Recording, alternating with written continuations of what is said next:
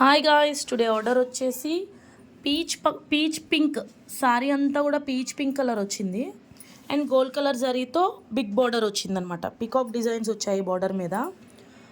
So శారీకి match అయ్యేలాగా gold and peach pink colour thread తీసుకున్నాము.